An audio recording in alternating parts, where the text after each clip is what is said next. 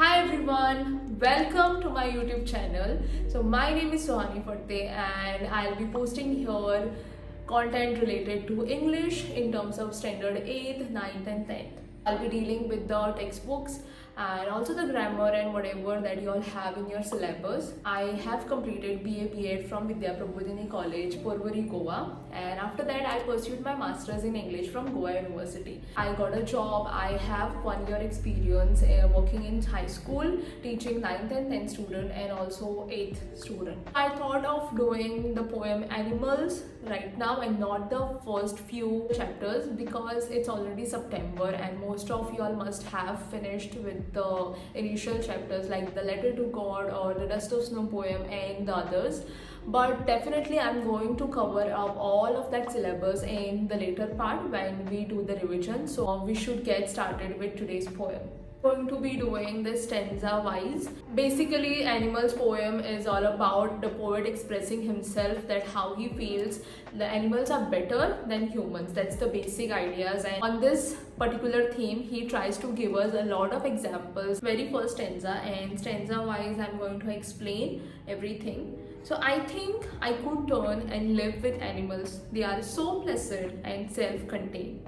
So these very two lines explains a lot about the whole theme together. Poet definitely wishes to be like animals, to be with them rather than with the human community because of so many reasons. He says that they are so placid meaning very calm in their nature, in whatever work they do, and they are very self-contained. So they are very happy with whatever they have.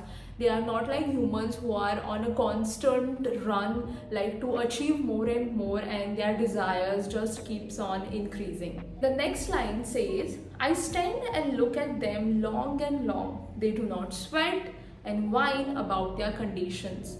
They do not lie awake in the dark and weep for their sins. They do not make me sick discussing their duty to God.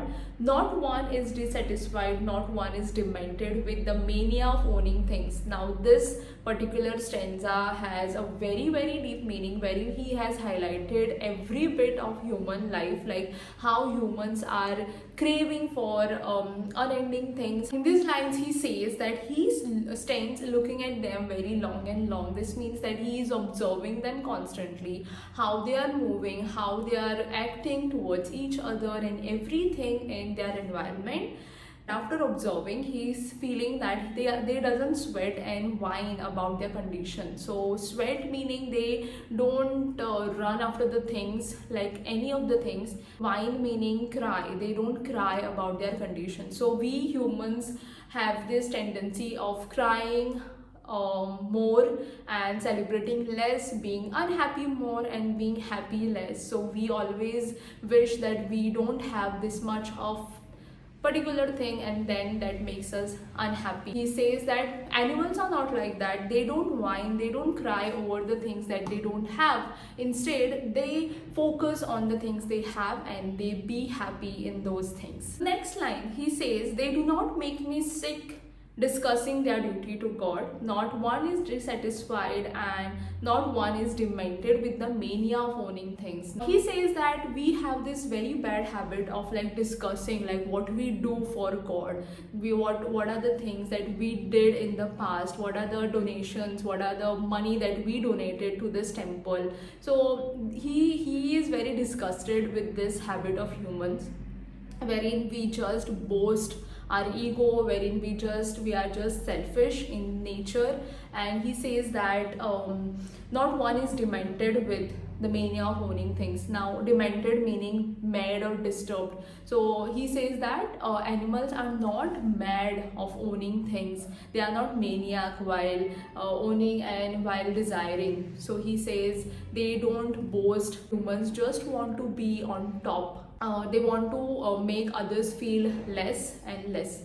So that's the point in this lines. In the next lines he says, not one kneels to another not to his kind that lived thousands of years ago. So they never bow down to each other. They never treat each other like superior or lesser to each other. They have this equality among themselves. Lived thousands years ago means they are ancestors. Humans have this habit of like treating every person differently, right? Like some of the people would treat rich people differently, and then the poor ones in a different manner. They will literally showcase like how you are rich and how you are poor. I've seen a lot of instances as well.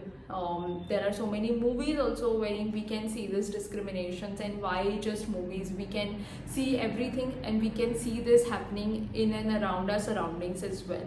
So he's saying that animals are not like that. They don't kneel down to each other. They treat everyone with equality. They have the same feelings towards each other, which is lacking in humans. They bring me tokens of myself, they evince them plainly in their possession. So they are very transparent. They feel he feels that the animals are very transparent in their behavior. Evince mean to show or reveal. They will show you all how they are. They will not hide behind a smiling face, then reveal the true qualities of themselves. But animals are very transparent, like in nature.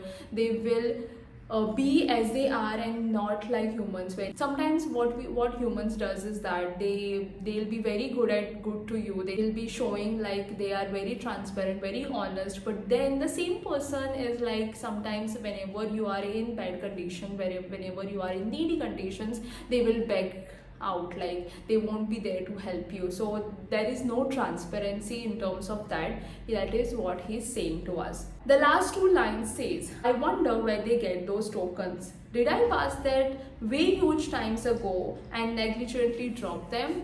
So he is saying that I wonder sometimes like when and how these good qualities have transformed from us to them. Like where are these good qualities gone of humans, and how they are with animals now. So he questions all of us, like what are we doing? God created us, and it is said that it is his finest creation, and what are we doing right now? There are so many instances that we are seeing, that are so many acts that are happening, and that just kills me. He's questioning like why are we not good? Why are we not like animals? And that is why he says that animals are way much better than humans, and that is why he wants to live with them. He wants to be in that environment. In the last lines, he particularly points out like the qualities of kindness, the qualities of innocence, the honesty, the transparency, the mankind, where have they gone? Like all of these are human qualities, right? But where are they now? What are the humans doing? They are just doing opposite. They are just doing worst and worst.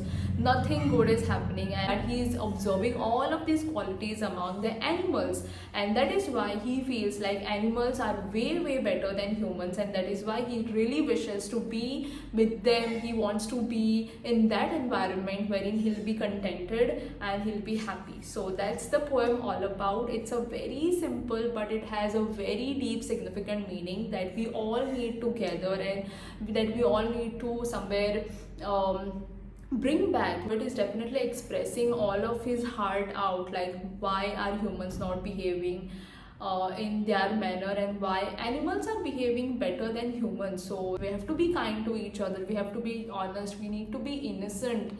That is where humans are lacking in today's world. With that, we have come to an end to this poem. I hope you all have understood this. It was easy to understand. Still have any doubts, still have any other questions, please feel free to comment it down, and I will make sure to answer them.